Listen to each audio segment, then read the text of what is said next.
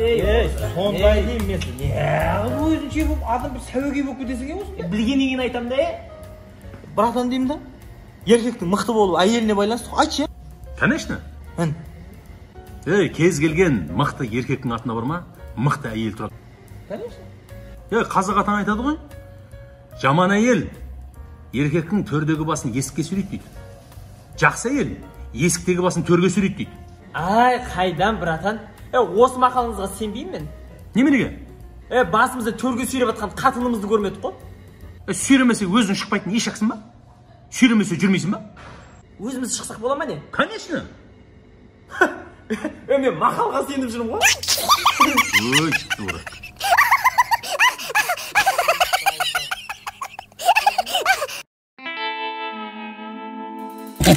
Kesin baya? Canım. Al. Dön bana. Gezde gidelim kolay.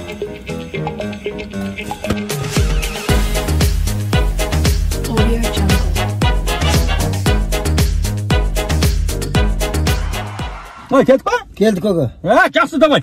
Көке, бір сұрақ қойсам бола ма? Сұра. Жасыңыз нешеде? 80-де? Жас көрінем ба? Ұқсамайсыз. Бәрі айтады, жас көрінесің деп. 50 ма?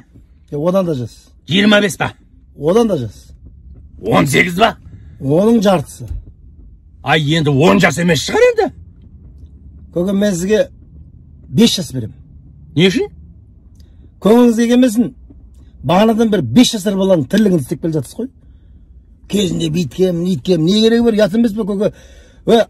Ақсақалды қариясыз. Басыңызға тақия келіп айналаңызға өнеге болатын әңгіме айтпайсыз ба? Пошел! Иди, мне. Астапыралла. Мына кісінің бар өнегелі сөзі осы екен ғой. Мен маған әжептәуір әңгіме айтып отырмын. Адамды Құдай ұрып қойса, дауа жоқ қой.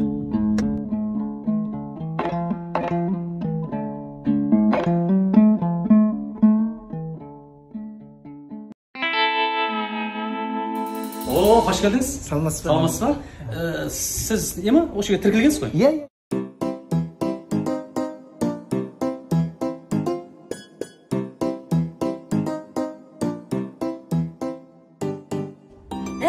Зуля, қалайсың? Муля? Жақсы. Не yapıyorsun бұл жерде?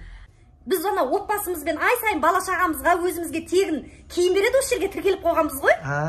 Сен не ағып жүрсің? Мен де сол өзіме бала шағама киім алып жүрген. Саған не жоқ? Жесір ме едің, жетім бе едің, не байың жоқ бе еді? Байым 15 күнге вақтыға кетті. 15 күн жесір болмағанда нем қалды мені? Басылдарды шайда айтпай тұршы.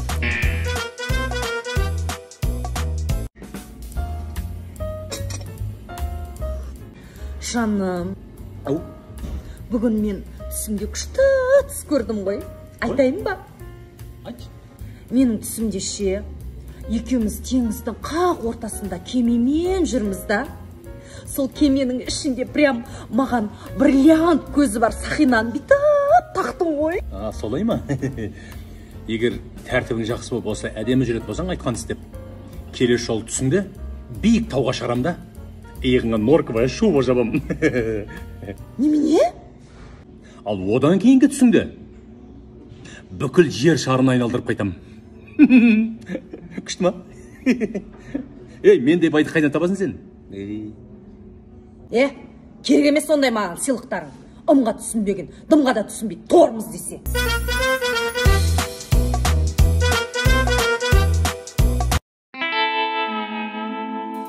Түсінем ғой.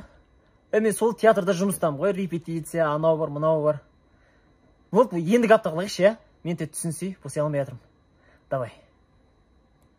Таң қалай ма қазір қыздарға ше? Өздері шақырады ғой кездесуге мен. Сондай заман ғой қазір. Ғалеке, осы сізден бір нәрсе сұрайыншы деп. Сұрасайын? Енді бізден қарағанда бағана абыройыңыз мықты ғой бір. Жоғарғыдағылармен араласасыз бағана. Сондай бір текті, бір мықты әулеттен бір қыз тауып беріңізші маған. Сорлы екенсің сен де. Ондай қыз тапсам өзім алмайын ба? Ойбай, сіз үйленгенсіз ғой. Не болып үйленсе? Жеңшем деген алтын ғой, алтын. Үйге барсаң дастарханды гүл қылып жайып тастайды ғой. Ол сендердің көзіне сонда көріне береді ол. әдем болып, керемет болып. Сен жеңшеңмен бір күн тұрып көрсей?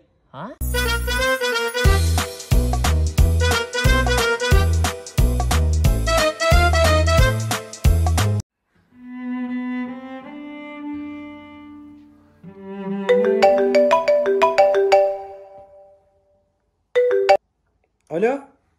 Ассалаумағалейкум. Қалайсыздар? Құдайға шүкір, амансың. Өздеріңіз?